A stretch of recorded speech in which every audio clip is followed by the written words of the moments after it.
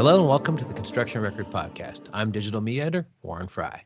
On today's episode, I speak with Soloway Wright LLP partner Dan Leduc, who recently spoke about prompt payment at the Canadian Institute for Steel Construction's annual conference in Toronto.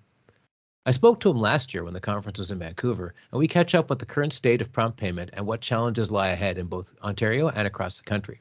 But first, here's the latest daily commercial news and Journal of Commerce headlines. DCN staff writer Angela Gismondi has a story about how the long-delayed Elgington Crosstown LRT was expected to provide an opening date on September 27th. But Metrolink CEO Phil Verster instead said he can't commit to a solid timeline until issues with the system are rectified. The project began in 2011 and has experienced significant delays since. Staff writer Don Wall's article is about a sobering session this week held by the Royal Architectural Institute of Canada to commemorate the National Day for Truth and Reconciliation, which is held September 30th. The session looked at the role of architecture and oppression of Indigenous Canadians over the centuries. We also have a story from Shannon Mineo about Mining Association of Canada President and CEO Pierre Gratton's recent remarks at the Greater Vancouver Board of Trade, reminding attendees that with the world in the midst of an energy transition, huge quantities of minerals and metals will be needed. From the West, I have a story about clean energy tax credits and how different parts of the industry are split on the use of wage requirements.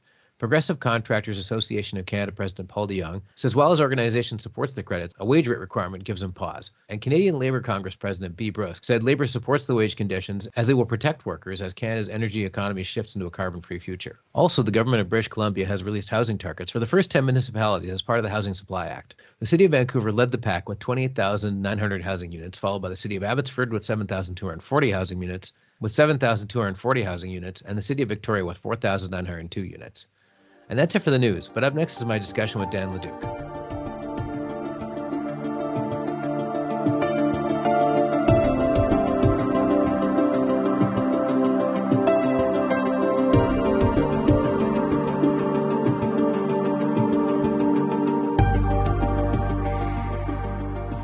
What I'd start with is how was the conference? How was the talk? And how was it different than the one you did in Vancouver that I attended last year?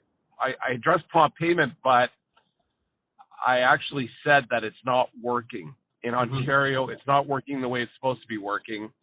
And we went through some of the reasons why that was, largely attributable to contractors not being proactive in chasing their money. And I went through a few tips on how they might be able to do so, to be a little bit more proactive before they get into that situation, and what to do after if the money's slow. So I didn't want to be dumping on members and attendees of the CISC, but I was saying I did a straw poll at the beginning and nobody was getting paid on 35-day terms as a subcontractor, where we know it's 28 days from the owner to the general, and the general has 7 days to pay to the sub. And that's disappointing for me because I've been an advocate of prompt payment now for over 10 years. So we went through why that was. And it's largely because, as I said, we're not getting a reaction from contractors themselves. They've got to move this. They've got to do something instead of simply waiting if they want to get paid faster. So some of the things I was suggesting were, like, at the kickoff meeting, actually raise the fact on how are we going to get paid? How can we make the invoicing, seamless so there's no invoicing issues, that the contractor's proper invoice upstream is not going to have a problem? And how can we allow for certifications to happen faster? Is there something we can do to move that along? If you're not getting paid, I reminded them if you don't get a notice of non-payment in Ontario, and it's the same in Alberta and Saskatchewan now, that it's deemed to be a due payment. So if the owner doesn't provide that notice of non-payment explaining why you're going to get short paid or not paid at all in that 14-day window, then you're deemed to owe that money and it should be paid on day 28.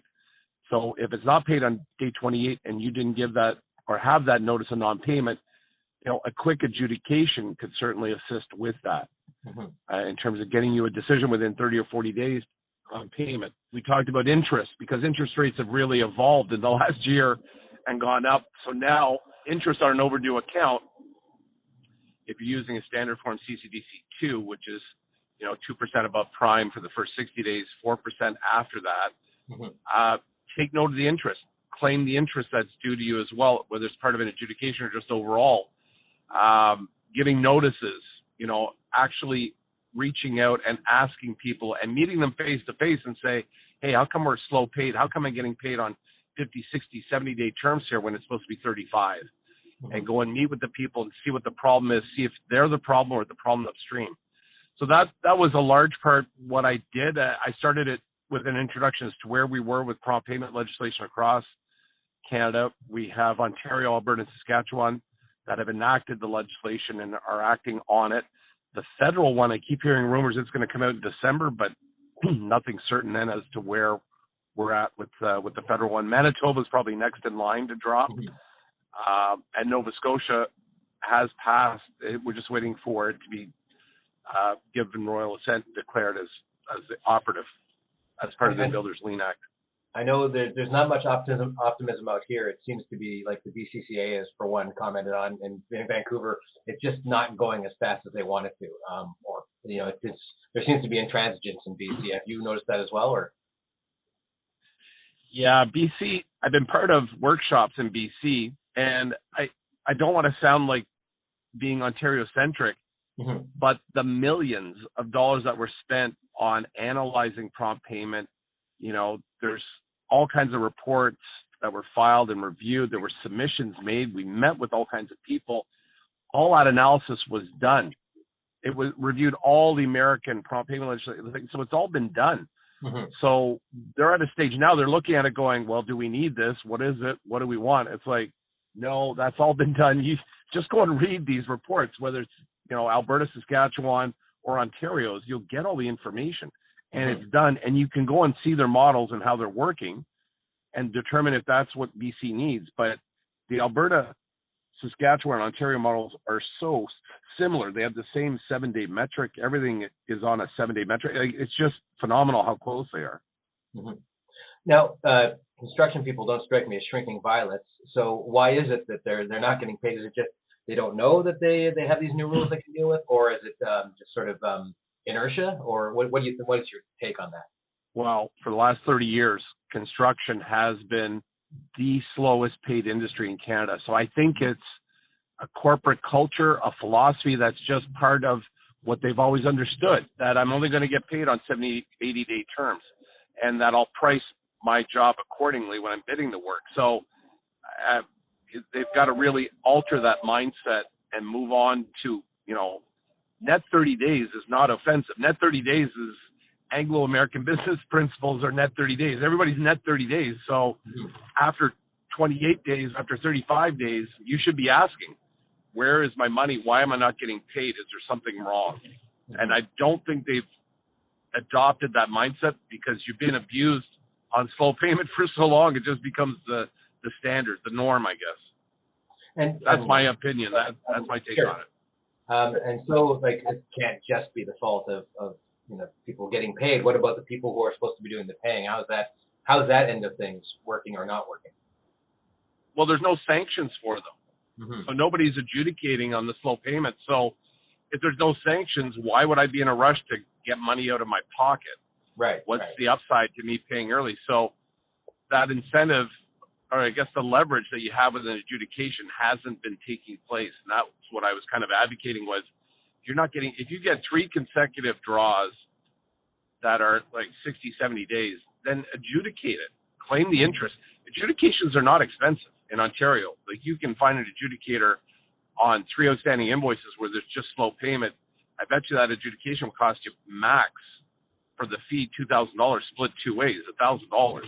Then at least you have the table set for the balance of the draws. They say, well, the owner will be offended if I adjudicate. Yeah, but it's the law, and you're asking him to comply with the law. So it's not as offensive commercially as people make it out to be. So it sounds like it's more of a cultural problem than anything else. I mean, it's also a legal problem, but it sounds like it's more of a cultural thing. It is, and I find it so strange because when I started a variety of trade associations as early as 2011, 2012, and everybody was gung ho, and everybody was like, we're gonna do this, and now that we're here, it's like, well, I don't know. I don't know what happened. I think you're right, though. I think it is a corporate culture. working with slow payment for over the years and working into your system, I don't know. Is there cause? We've been pretty pessimistic here, but is there cause for optimism? Is this also a generational thing, in that younger people get into the business and they don't have the same expectations or inertia, for lack of a better term, or do you see this continuing, or both? Well, I see some reduction in the cash neutrality, the turnaround time. So it's not been all for naught. You're getting reduced down to like 50 days for a sub-trade, whereas before it was 70, 75, whereas it's supposed to be 35. So there's been some shortening of that, but not the extent I was thinking, or not where it should be. Mm-hmm. Is there a light at the end of the tunnel here? I mean, it sounds like you said, or like I said, pessimism, but there's got to be some hope here as well. Well, I hope so. I don't know how else we can leverage people to comply with the law, other than bringing some short, quick adjudications to say you're not complying with the law and you got to pay a penalty for it. That penalty's interest. Okay. So I don't know. No, fair enough. And so finally, if people, if they weren't at your CISC presentation and they want to know more, where would they go to find out more from your advocacy or otherwise? Well, outside of engaging me to help them getting paid, I don't know what other resources there are. When I prepared this seminar presentation, I looked in the U.S. And they tend to litigate everything. They don't have adjudications like we do, so it's litigation. So they actually start lawsuits if they're slow paid and rely on the prompt payment legislation that's applicable to that project. And I couldn't find anything that was, akin to an adjudication model. They just don't do adjudications like that. That's a British idea. Right. Okay. Do the Americans do quote unquote better than us at this? Oh, and if so, is that part of why their model's different, or? I couldn't find any empirical data showing how much better, how much shorter the payments are. But in some states, they've had, like Michigan's had prompt payment legislation for over 20 years. So I think it's become the norm after 20 years. So I guess that's what's got to happen here. It just has to kind of get baked in from the sounds of things. Yeah, and the worst thing that could happen is you introduce new, but then you have a global pandemic. So it just came in, and then all of a sudden everybody's slow paid because there is no pay. So that didn't help. The first couple of years of prompt payment, you were like in a pandemic, and everybody was, I can wait to get it. Okay. Well, thanks for joining us today, Dan. That's great. It's my pleasure. Anytime, Warren.